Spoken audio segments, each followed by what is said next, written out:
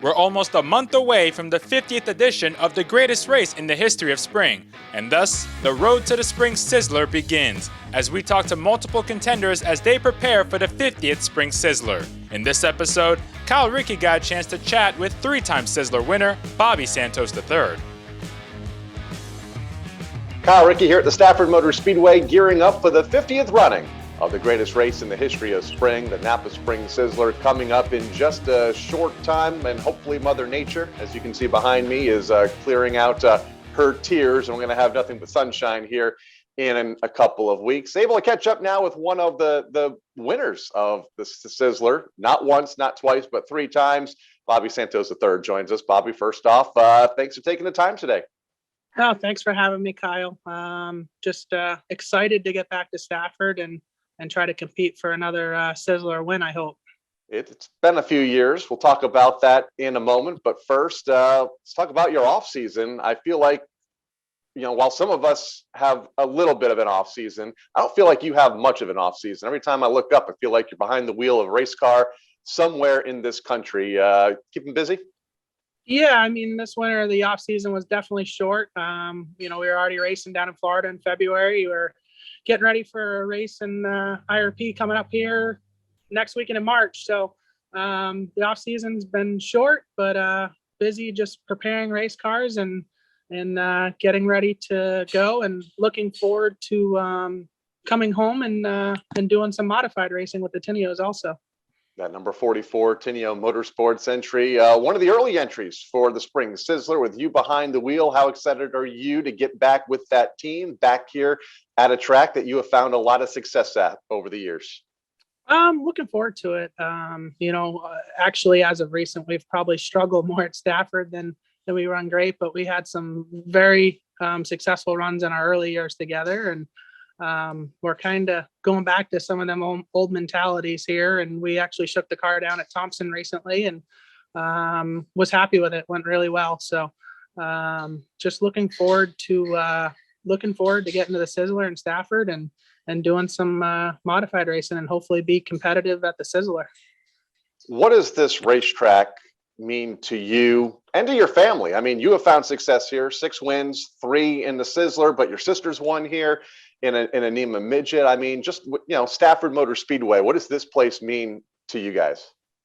Well, it's close to home, first of all, which always makes something special. And then, of course, the Root family do an unbelievable job. The facilities, first class, everything about it. You just enjoy going there. And it's a unique racetrack that I feel like it's you really can't compare it to anything. And people, wherever I race all over the country and different stuff, I think a track that people always ask about is Stafford, and it's just hard. It's hard to compare it to anything. It's just one of those places that you need to go to and do it to get good at it. But that's what I enjoy about it. And my grandfather had success there back in the old days, and I know my dad raced there, my sister raced there and got her NEMA win there. So it's just a special, unique place, and it's run by a great family, which is why it's probably been as successful as it's been. The Spring Sizzler has evolved over the years, starting as an 80 lapper. It's been as long as 200 laps, back to 100 laps this year, with dual qualifying races on Saturday and an already stacked entry list. How difficult do you feel that it's going to be to find that success that you had a decade or so ago here at the end of April? It's always difficult. Just the field of modified drivers and equipment. I'd put them up against anybody. I mean, they're unbelievable. A lot of competition, a lot of smart people, a lot of good drivers. So it's hard. It's just very deep. But we got to just be on our A game and make good decisions, run a smart race, and put ourselves in position to have a shot at it, which is even easier said than done, because again, there's a lot of talent in the modified field all across New England. 3 Spring Sizzler wins, all within 4 years. Can you compare the first to the second to the third? I mean, how special was that first win, and how did that feeling in victory lane change for the second and the third?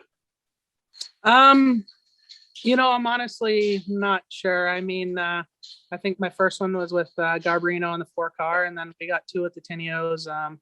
And I think as I get older and you appreciate the history more of Stafford and winning races like the Sizzler. So I guess in the moment I probably didn't appreciate it enough, but as time goes and not winning one in a long time, you probably appreciate those ones a little bit more. And you mentioned it at the top. The family has changed definitely since you last raced here. Kids now. How special would it be to have the family in victory lane here in a couple weeks' time? That'd be cool. I think I guess Jules has probably never been in victory lane at Stafford because it's been that long. So it'd be pretty cool to get a victory picture with Julian and Jack.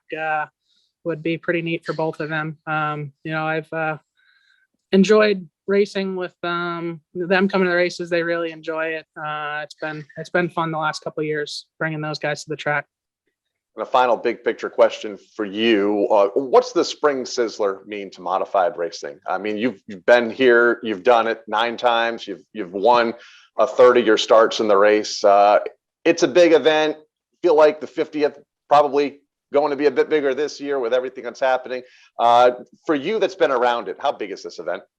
God, I mean, it's one of the historic, older events in the country. I mean, when I think of the Sizzler, I think of the Turkey Night Grand Prix. I think of the Copper World. I think of Night Before the 500. I mean, to me, I put it in those categories. And, it's one of those races that you want to have your name on it. Mike Stefanik, Ted Christopher, those guys. I mean, Doug Kobe right now is probably the most active winningest driver there. Just the history. I mean, it's cool when a track can keep an event like that going so long. You just grow to appreciate it more and more. Look forward to seeing you here in a couple weeks' time. I know you're busy, but want to thank you for joining us here, and can't wait to see you on the grid here at the 50th NAPA Spring Sizzler, April 23rd and 24th. Yeah, absolutely. Looking forward to coming home and hopefully competing for a Sizzler.